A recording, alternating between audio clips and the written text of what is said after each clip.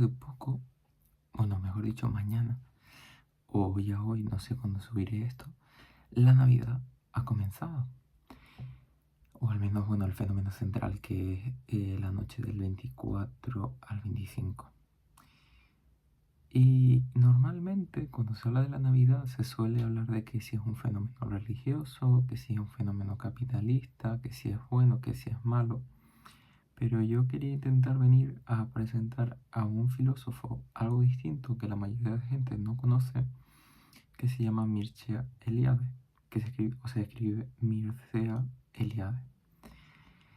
Y él es un filósofo de origen, bueno, es un filósofo rumano que luego se mueve a Francia, escribe principalmente en francés e inglés después, porque luego se va a Chicago. Y él es un filósofo principalmente de las religiones, también como un antropólogo, usa o practica, practica no, está dentro de una disciplina que se llama la mitología comparada. Y hay muchas personas famosas, por ejemplo, otro autor famoso es Joseph Campbell, y que también trata sobre religiones y demás, sobre la simbología de la religión. Pero Mircea Eliade tiene un libro que se llama El mito del eterno retorno, que publica en los años 50 y propone una cosa interesante que yo quería venir a presentar porque me parece muy curioso para pensar el periodo de la Navidad o bueno, por intentar quitarle esa connotación religiosa, el periodo de fin de año de otra manera. O sea, pensarlo de otra manera, que no sea un fenómeno cristiano, europeo o tal. Y verlo más como un fenómeno universal, universal en un sentido más humano, no tanto universal como dejando atrás a otras personas, sino que podría verse desde cualquier religión, ¿no? En este libro, yo realmente estoy hablando de memoria, no voy a traer ningún fragmento, pero es que me gustó mucho y es una reflexión que quería traer. En el mito del eterno retorno, Eliade habla de que el ser humano, bueno, él coge este concepto de eterno retorno que es de Nietzsche y que básicamente es vivir la vida en bucle. En pocas palabras, no vamos a excedernos aquí hablando de qué significa para Nietzsche y tal. Y básicamente, él dice que la temporalidad humana no es la de una línea, que es lo que suele pensarse, es decir, la línea del progreso que va de lo peor a lo mejor, del pasado al futuro, sino que él habla de el tiempo como un círculo, es decir, el tiempo como eterno retorno. Vale, eso es lo primero. Lo segundo, él hace una división interesante. Esto es como, vamos a decir, una especie de antropología, porque está intentando pensar y reflexionar acerca de lo humano, en este caso del tiempo. Y por otro lado, sobre lo religioso, o mejor dicho, lo sacro y lo profano. Lo sacro es aquello que es sagrado, aquello que es atemporal, que es divino. Y lo profano es, pues, esta camisa, el mundo, en general con la connotación que tiene. Vale, es decir, acepta que hay una división entre lo sagrado y lo profano. Hay otro libro que trata de eso, que se llama así, Lo sagrado y lo profano. Y entonces él dice que, vale, el ser humano es un ser que vive en este eterno retorno. Pero es un ser que vive en un mundo bastante, vamos a decir, en una vida bastante profana. Pues lo podemos pensar a día de hoy bastante fácil. Nos despertamos, trabajamos, pero tiene necesidad de lo sagrado. Es decir, lo sagrado es casi como un impulso, no un impulso, sino una necesidad impulsiva en el ser humano. Es decir, necesitamos lo sagrado. Porque lo sagrado purifica al ser humano. Es decir, lo mundano, él hace una asociación bastante dualista, que es la de considerar que lo mundano es lo oscuro, lo malo, lo pecaminoso, y lo sagrado como lo luminoso y lo purificador. Lo cual no tiene ninguna connotación moralista, sino más bien como para intentar señalar a qué quiere llegar. Entonces, el ser humano es un ser que a lo largo de su tiempo, de su vida, pues se va como cansando, se va llenando de esa oscuridad de lo mundano y necesita una purificación que está en lo sagrado.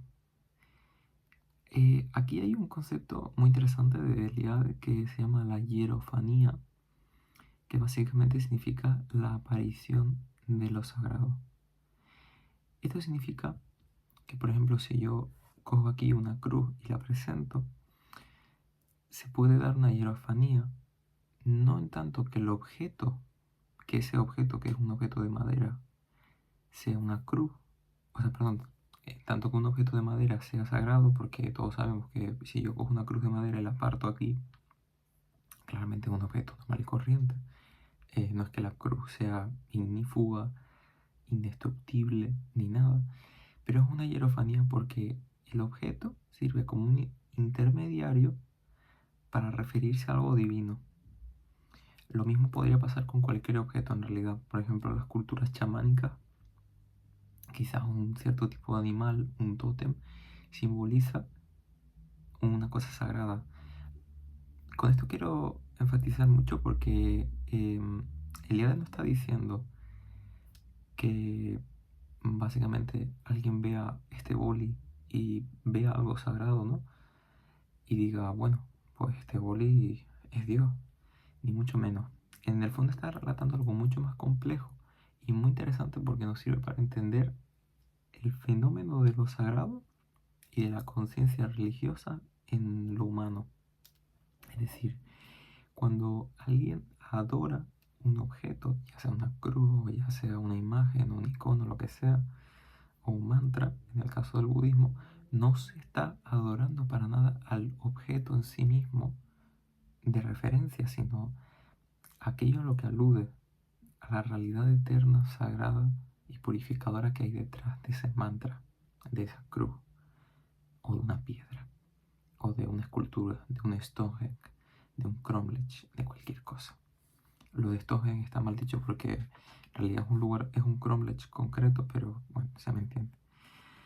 Entonces, a mí me parece muy interesante porque él dice, el fenómeno de la fiesta en el ser humano nace como un fenómeno purificador. Y esto significa, claro, el ser humano, por tanto, es un eterno retorno porque vive en ciclos constantes, en un ciclo en el que empieza aquí, da una vuelta y necesita purificarse porque ya aquí está demasiado lleno de mundanidad. Y claro, esto es algo que yo presenté hace un tiempo en la Facultad de Filosofía a este autor, a Mircea Eliade, pero yo quería volver a traerlo en el periodo de Navidad o de fiesta o lo que sea, para pensar que los términos que Eliade que usa aquí no nos sirven solo para entender las cosas de una manera religiosa, sino también de una manera más secular, no necesariamente con una dimensión teísta, sagrada, ni siquiera, o sea, incluso en un ámbito ateo se pueden dar cosas sagradas. Eliade no lo desarrolla tanto, sobre todo en la obra Lo sagrado y lo profano, no lo desarrolla tanto, pero deja el camino, y es lo que vengo yo a plantear aquí.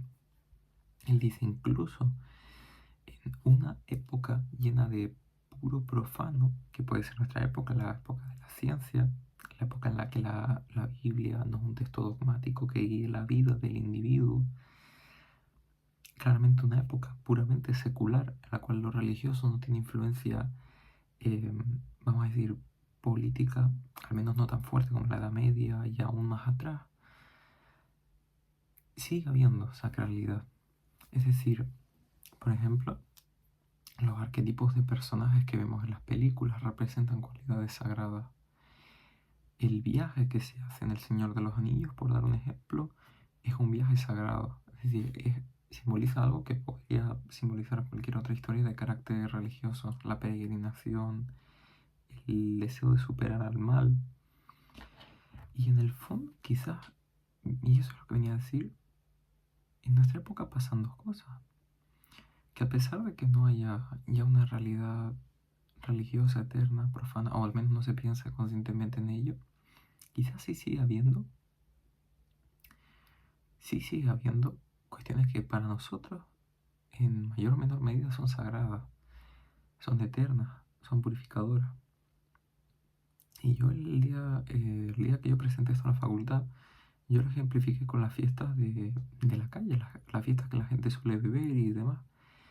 mm, el deseo de una persona de beber hasta una borrachera es muy similar a lo que se hacía en Roma o en Grecia, con todas estas fiestas dionisíacas, lo dionisíaco de lo que habla Nietzsche, es un poco la misma idea.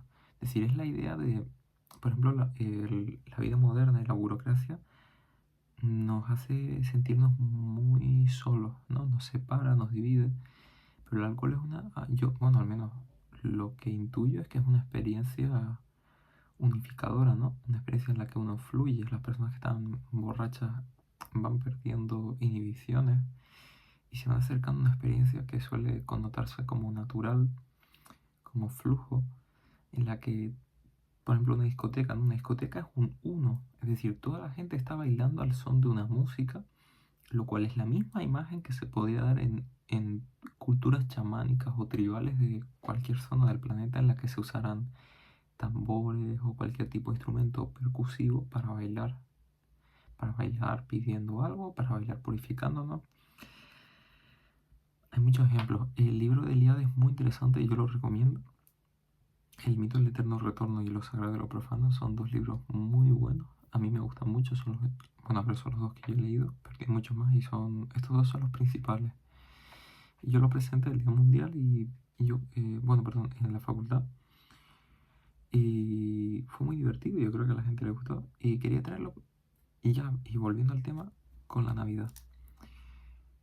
¿Es la Navidad algo que debería ser derrocado por ser un fenómeno religioso y demás? Bueno, puede que sí, no digo que no, realmente no quiero usar el día de como una apología del cristianismo en ningún modo, sino más bien para pensar en el periodo de fiesta de invierno, de Navidad, como un periodo de purificación y de descanso. Más allá de el consumismo que se da en Navidad, la imagen del regalo, la imagen de comer juntos, la imagen de estar con los cercanos, la imagen casi de un periodo de tregua. Yo no sé si lo sabéis, pero en la Primera Guerra Mundial hubo un periodo en el que no sé durante cuánto tiempo, no sé si fueron unos días, una semana, incluso 2 semanas, en la que en un frente de batalla los combatientes hicieron una pequeña tregua y se pusieron a jugar fútbol en el periodo de Navidad. Y yo creo que esto es un poco lo mismo, es decir, a ver, salvando las distancias, pero que la Navidad es un periodo también de cierta tregua, de cierta purificación. Lo llamo Navidad, pero de verdad, llamadlo como queráis. En el que todos esos fenómenos de la comida en familia, de volver a ver los amigos, por ejemplo, la gente que vive en países distintos y vuelve a su país de procedencia y se reencuentra con amigos y familiares, yo creo que es una experiencia sagrada, en cierto modo, una experiencia de reencuentro, de unión, de purificación, de tregua, de perdón, de comenzar un año nuevo, de purificar lo que ha quedado atrás, de abandonar el pasado, es decir, dejar el pasado de una manera positiva y no negativa, es decir, vamos a dejar lo malo y vamos a buscar lo bueno. Y yo creo que en esa búsqueda, o sea, yo creo que pensar la Navidad de esa manera es una forma muy distinta de pensarla y muy bonita para mí al menos. Una forma muy actual incluso de... Porque la forma típica de pensar la Navidad suele ser muy violenta, suele ser muy... Es un fenómeno religioso, es un fenómeno capitalista.